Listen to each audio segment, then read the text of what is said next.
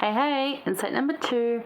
We're in Moses 7 this week, and we're talking about how it's all around choice and choices, and how Zion, or the city of Enoch, became. How did it exist? Where's it gone? And how did it get to be that way? Right?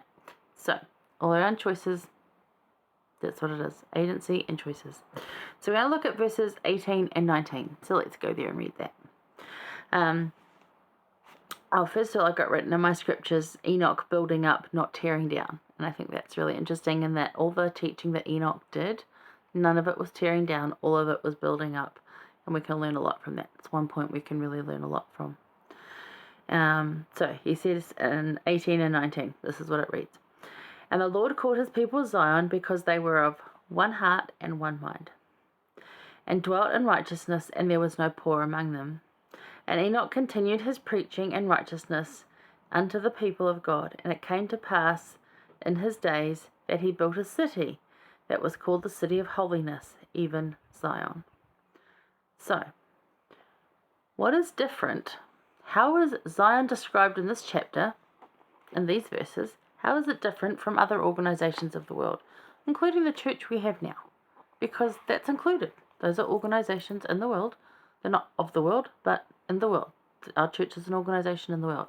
Relief Society is an organization in the world. Seminaries and Institute is an organization in the world. So is Facebook, Instagram, same thing. Apple. Yeah, we all love Apple, don't we?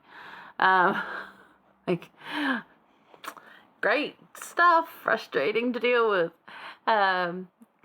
Government organizations. How does the description that is given in Moses 7 of the city of Enoch, which is Zion, becomes Zion, it's called Zion, how is that different from other organizations in the world?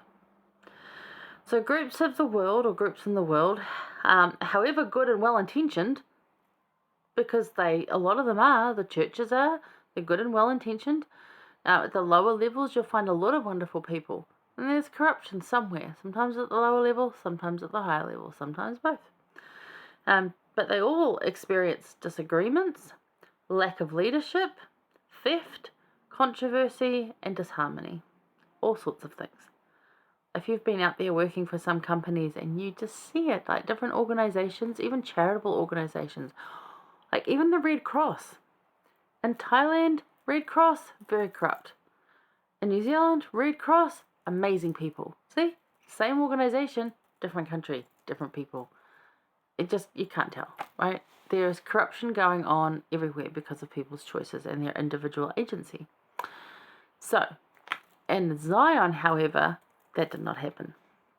Zion is a people of one heart and one mind.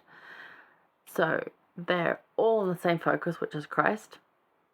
That, as I was talking about in the first one, they all make decisions and choices that are Christ-based and individual. They're listening to the prophet. So they're making those decisions that are individual, again, based on following the prophet, following Christ, following God, following the prophet. So there is no disharmony, there is no discontent, there is no thievery, there is no violence, there's no abuse, there's no selfishness. They just become, over time, over a process, just better people. And that's what we're trying to aim for. We're not going to be there perfectly right now. I certainly am not. But if you lived in a society, much like if you lived in a different country with a different language, you learn to pick up the language.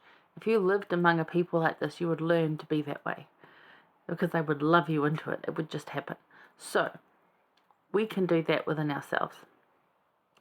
But nothing on earth is like that right now. And although our church is striving to be like this, how can you be more Zion and less world? Think about that. How can you be more Zion, less world? Because we could all do better to do that.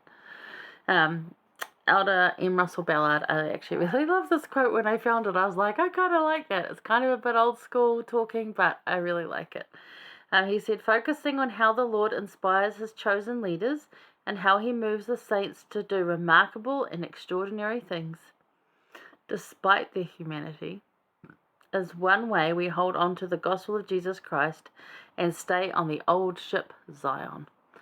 I think it's pretty cool, that old ship Zion, because he's likening it to like staying on a good ship. That's a thing that goes back in our language for hundreds and hundreds of years about a good ship, not necessarily, originally it was a ship, but we refer to it these days as being in that good space or that good group. So, focusing on the Lord, how he inspires our chosen leaders, how he moves the saints to do remarkable and extraordinary things despite their humanity, because we've all seen that happen. We've even done things and we're like, how do we pull that off?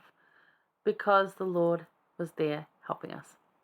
But that's one way to hold on to the gospel of Jesus Christ and to stay on that old ship Zion. And if we can live in a community where we are more Zion and less world, where we can be more Zion and less world, that will help those around us to be better.